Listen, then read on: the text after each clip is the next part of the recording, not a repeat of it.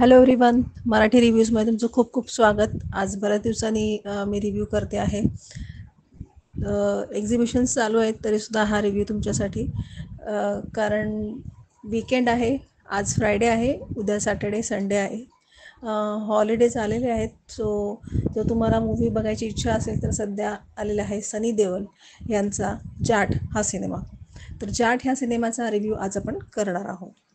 तर मी पाहिला आहे जाट हा सिनेमा. आता जाणून घेऊया हा सिनेमा कसा आहे, हा बघण्यालायक आहे की नाही, हा पिक्चर सोडून द्यायचा, स्किप करायचा की बघायचा, की ह्याच्यात असं काय आहे का की जे घेण्यासारखं आहे किंवा एन्जॉय करण्यासारखं आहे.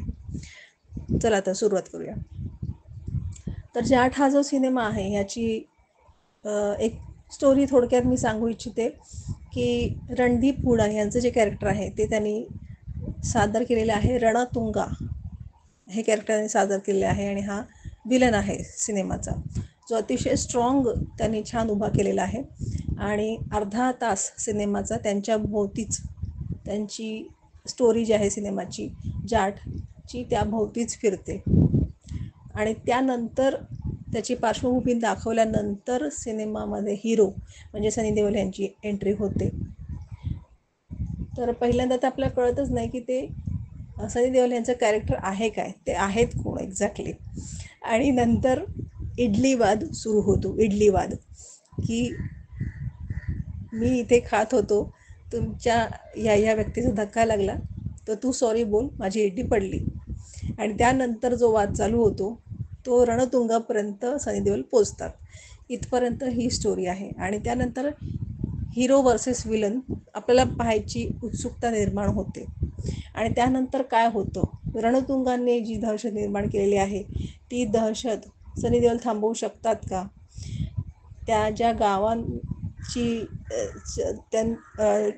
जे काही दाखवलं गेलेलं आहे, म्हणजे टिपिकल साऊथ इंडियन सिनेमामध्ये जे दाखवलं जातं ते दाखवलं गेलेलं आहे, तर ते त्यातून सनी देओल त्यांची सुटका करू शकतात का, हे पाहण्यासाठी तुम्हाला हा सिनेमा पाहावा लागेल.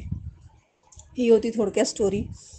आता येऊया माझ्या पर्सनल मतांबद्दल, माझ्या पर्सनल रिव्ह्यूबद्दल. तर हा सिनेमा पाहताना तुम्हाला सतत साऊथचा सिनेमा पाहतो ह्याची सतत जाणीव होत राहील. जरी याच्या सनी देओल आहेत, रणदीप हुडा आहेत आणि विनीत कुमार आहेत, पण तरीसुद्धा सिनेमा पाहताना तुम्हाला साऊथचा टच इथे दिसतो पूर्णपणे. आणि कथा साऊथमध्येच, आंध्र प्रदेशमध्येच दिसते. सो तुम्हाला ते दिसतील. त्याच्यात रेजिना कॅसेंड्रा यांचं सुद्धा कॅरेक्टर आहे जे त्यांच्या भाषेत बोलत आहेत. तर तुम्ही सिनेमा पाहताना त्यांचे साऊथचे सिनेमा जे थ्रिलर ॲक्शन टाईप जे सिनेमा होते, मसाला टाईप, तशा सिनेमाची ह्याच्यात तुम्हाला आठवण येईल. सो तसाच टाईपचा सिनेमा आहे. सनी देओलचं कॅरेक्टर जेव्हा सिनेमामध्ये येतं तेव्हा सिनेमा पाहायला मजा येते. बाकी जर तुम्ही जे काही दहशत दाखवलेली आहे ते, नंतर ॲक्शनमध्ये मान कापली गेलेली आहे ते सीन आहेत.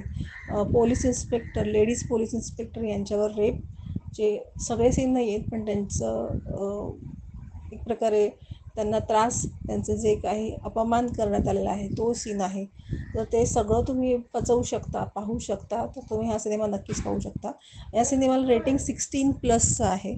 सो लहान मुलांनी हा सिनेमा पाहूच नये. मोठ्यानेच 16 वर्षाच्या पुढच्या लोकांनीच हा सिनेमा पाहण्याचा आहे. तसं बघायला गेलं तर एक स्टोरी आहे त्या सिनेमाला. असं मी नाही म्हणणार की याला कुठे सरपैर नाही आहे सिनेमाला, असं नाही आहे. स्टोरी आहे, स्टोरीच्या नुसारच हा सिनेमा चालतो. परंतु ह्याच्यात रॉयल लिबर्टी असतेच. म्हणजे जो हिरो म्हणेल किंवा जो हिरो करणार ते होणारच, जसं ते ठरलेलं असतं larger than life character hero आणि विलनचं, ते याच्यातसुद्धा तुम्हाला दिसेलच. सो त्या धरणीतलाच हा सिनेमा आहे, ज्याला मी ना खूप चांगला म्हणेन ना खूप वाईट म्हणेन. याला मी एक ॲव्हरेज सिनेमा म्हणेन. की तुम्ही ठरवा की तुम्हाला एंटरटेनमेंटसाठी जायचं आहे, जास्त डोक्याचा वापर नाही करायचा आहे, की एन्जॉयमेंटसाठी जर जायचं आहे तर हा सिनेमाला तुम्ही वेळ देऊ शकता. असा हा सिनेमा आहे. म्हणजे बघितला आणि मग सोडून दिला. ओके, याच्यातून काही घेण्यासारखं असं नाही. एंटरटेनमेंटच्या हिशोबाने सनी देओल ह्यांना बघायला मिळतं आहे तुम्हाला त्यांची ॲक्टिंग गदर 2च्या नंतर. सो असा हा सिनेमा आहे. या सिनेमाला रेटिंग द्यायचं असेल तर 5 पैकी 2.5 स्टार मी देईन. आणि माझं प्रामाणिक मत मी सांगितलेलं आहे. सो त्यानुसार तुम्ही ठरवा ह्या सिनेमाला वेळ द्यायचा आहे की नाही. ओके. थँक्यू.